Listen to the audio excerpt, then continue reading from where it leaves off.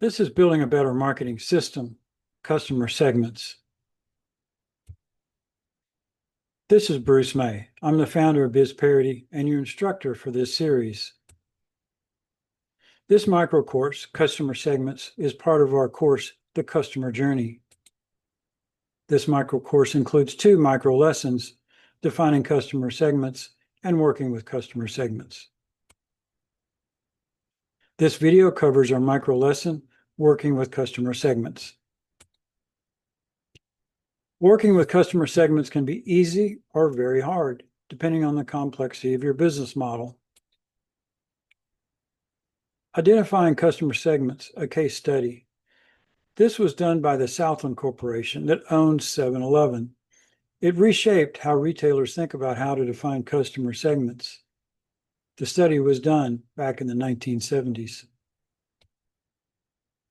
Instead of using traditional ways of segmenting customers, they put researchers in their stores to observe who came in and bought items throughout the day. These are the results of the study. Early workers, blue-collar workers, mostly construction and factory workers, who needed to eat something for breakfast. They didn't want to make breakfast at home, so they bought whatever they could on the way to work, usually very early in the morning. Lunch workers, a mix of blue-collar workers, salespeople on the run, and younger adults trying to save money on lunch.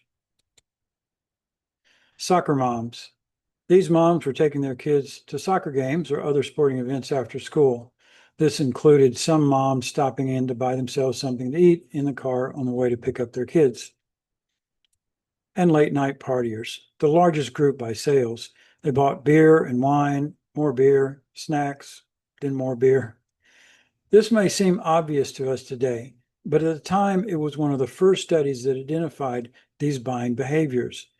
As a result, the convenience stores added additional food items aimed at these customer segments and achieved a significant growth in sales. Here are some classic customer segments for a hair salon. In order of size, they are women, perms and colors, men's haircuts, families with kids, and women, events and parties.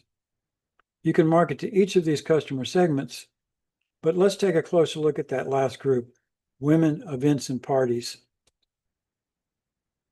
Why are events and parties important to distinguish as a customer segment? Several reasons. First, there's great urgency. It's very time dependent because the party is usually coming up immediately. They're looking good is very important if you're going to a party, obviously. Challenging for the owner, the business owner, to accommodate, but very profitable. There is also high risk for losing a customer because of the urgency and the quality of the haircut are so important to the customer. Do you see a customer experience challenge here? Can you think of a solution? Is it a marketing solution or a business process solution? Here are some ideas. Include an upcharge for last-minute appointments. Routinely schedule event cuts or party prep. This trains your customers to think ahead and schedule ahead. Schedule 1 day a week for last-minute appointments. Can you think of other creative approaches to managing this challenge?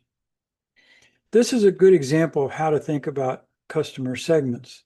If you think strategically about what your customers want, you can develop better campaigns directed at each of your customer segments and maybe improve your services while you're at it. Even if this is a business solution, it's also a marketing opportunity. As a small business owner, you're in the control of both sides of your business, the operations and the marketing. So you can be creative in finding business solutions that also create marketing opportunities.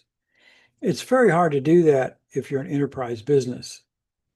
That makes this a small business advantage. So take advantage of it if you're a small business owner. Here are classic customer segments from providers of software as a service. These are software companies that charge a monthly fee to use their online platforms like CRMs, graphic tools like Adobe, and other business software. B2C sales, B2B sales by industry group, government sales, and nonprofit sales. The percentages shown in the graph can vary widely from one type of software to another, and even between businesses, which may specialize in certain markets. These software businesses not only need to create unique campaigns for these customer segments, they need to develop unique prospecting and business development approaches for each one of these segments. Because these segments are so dramatically different, they almost require separate business divisions on the part of the software companies to handle. If you're a small manufacturer or you serve large B2B markets, you may have similar challenges.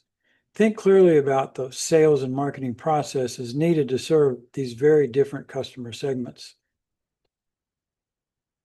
You can define customer segments based on any of the approaches we've discussed here today, including customer status, traditional demographics, firmographics, product categories, needs, goals, or challenges, customer buying behavior, geography, or your own creative segments.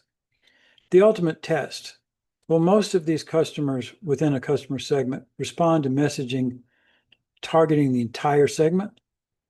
If not, you may have more than one segment, and you will need to see if you can split that segment into two or more segments.